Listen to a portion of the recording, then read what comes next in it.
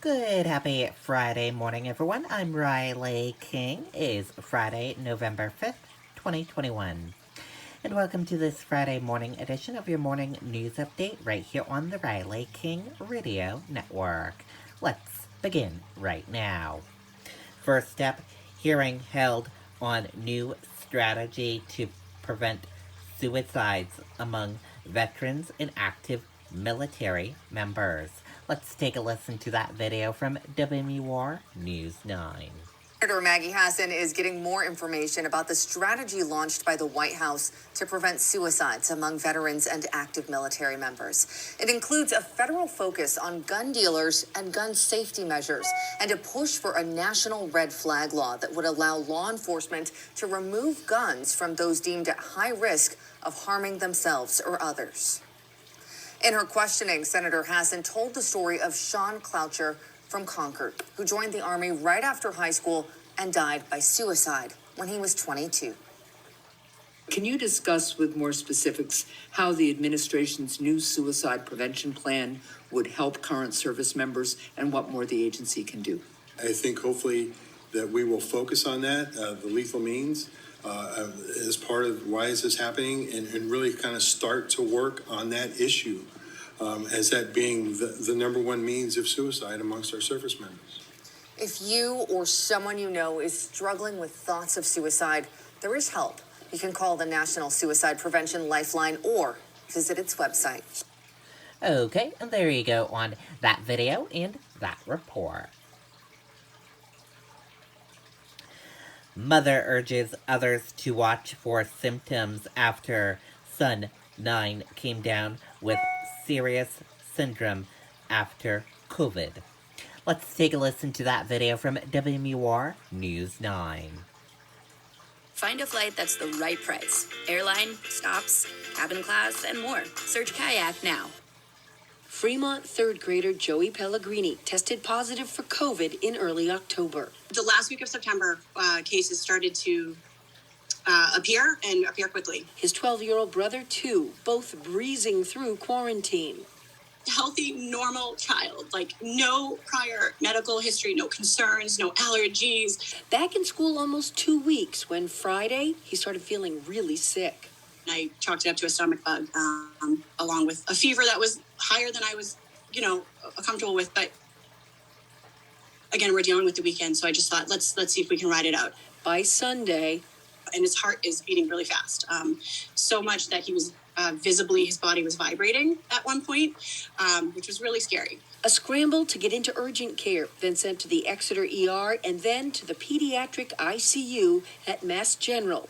But they were leaning towards this MISC, this multi-system inflammatory syndrome, which is specific to post-COVID complications in children.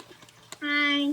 The state epidemiologist says while complications like this are uncommon, they can occur even in healthy people. And in fact, a majority of the national cases of MISC that have occurred in this age group, the 5 to 11-year-old age group.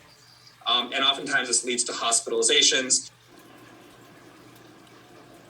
Now, it has affected Joey's heart, but fortunately doctors say it was caught early enough that he should make a full recovery over time.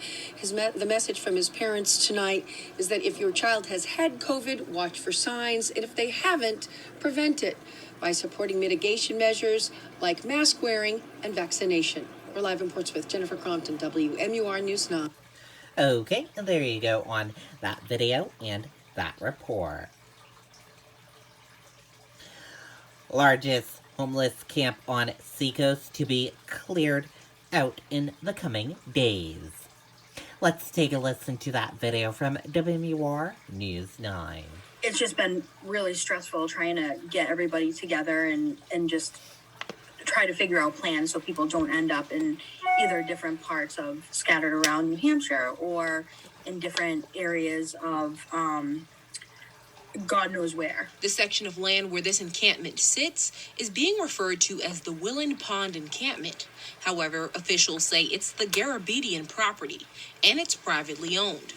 And now the owner is asking local law enforcement and government to help clear the area. And that's the jurisdiction that they have. The meat of it is in Somersworth. The mayor of Somersworth says now is a crisis mode when it comes to finding somewhere for these people to go. But there needs to be long-term solutions. But also continue to work on the long-term sustainable solution. And again, where would a permanent structure go? What would it look like? And what would it serve? Social workers say the shelters that are already there are insufficient. In reality, it's not really an option.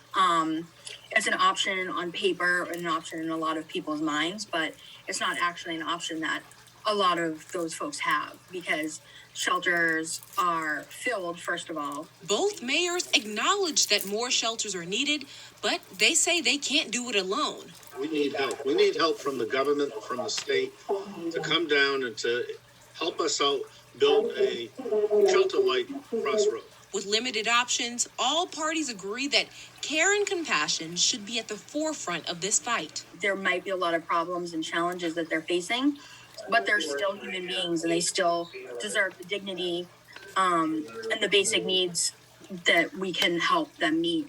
Alyssa Ali, WMUR News 9. Okay, and there you go on that video and that report. New Hampshire new GOP congressional map proposes dramatic reshape of New Hampshire districts. Let's take a listen to that video from WMUR News 9.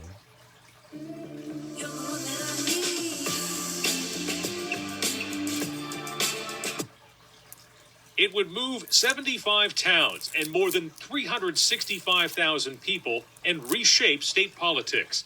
The new redrawn map of New Hampshire's congressional districts has voting rights activists at a loss for words. I'm furious about the Republican map that makes that many changes for that many people and that many towns. GOP reps defended their proposal in a hearing Thursday, saying they wanted to move more southern tier towns, which happen to lean Republican, into the 1st District, and to balance the population, they decided to hand an ultra-democratic slice of the Seacoast to CD2. We have, for whatever reason, prioritized the southeast corner forever. And maybe it's time that some of these other towns and sections of the state get put together instead of just one section. Reps went back and forth over whether the changes go too far. By putting those large towns together, you created this cascading effect, which creates a district right in the middle of the state with the other district enveloping it or enveloping it on both sides. It's kind of bizarre. There are no defined sections of the state. Governor Chris Sununu issued a statement Thursday saying there's still a ways to go in this process, and he's awaiting revisions of this map and others. But Republicans hold the majorities here at the State House, and they made it clear today they're not going to shy away from exercising this once-in-a-decade power. Were political considerations something that were in the mix? Of course they were. That's part of that, that this is a political process, as the Supreme Court has said repeatedly, both the New Hampshire Supreme Court and the U.S. Supreme Court. In Concord, Adam Sexton, WMUR News 9. Okay, and there you go on that video and that report. New Hampshire DES finds 5 lakes with traces of harmful chemicals in fish tissue. Let's take a listen to that video from WMUR News 9. That's right, Jen. Researchers surveyed bodies of fresh water across the Granite State and found that some lakes and ponds had elevated levels of PFAS detected in fish tissue. PFAS is a type of manufactured chemical that's been now widely found in different parts of New Hampshire. Now, those samples were taken last fall at 14 lakes and ponds in southern and central New Hampshire. After analyzing fish tissue, lake water, and lake sediment, researchers found that elevated levels of perfluorocoatane sulfonic acid, or PFAS, in 5 of those lakes. The chemical is among a family of chemicals known as PFAS. Here are those 5 bodies of water with elevated levels.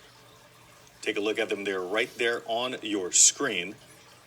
According to the data, all freshwater fish in Robinson Pond in Hudson and Horseshoe Pond in Merrimack should not be eaten by children, period.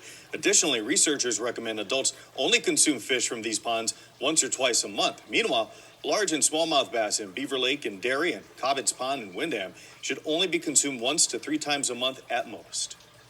So simply because someone's eaten fish from these ponds does not mean that something bad will happen to their health. There's other things that determine how bad of a response someone could have.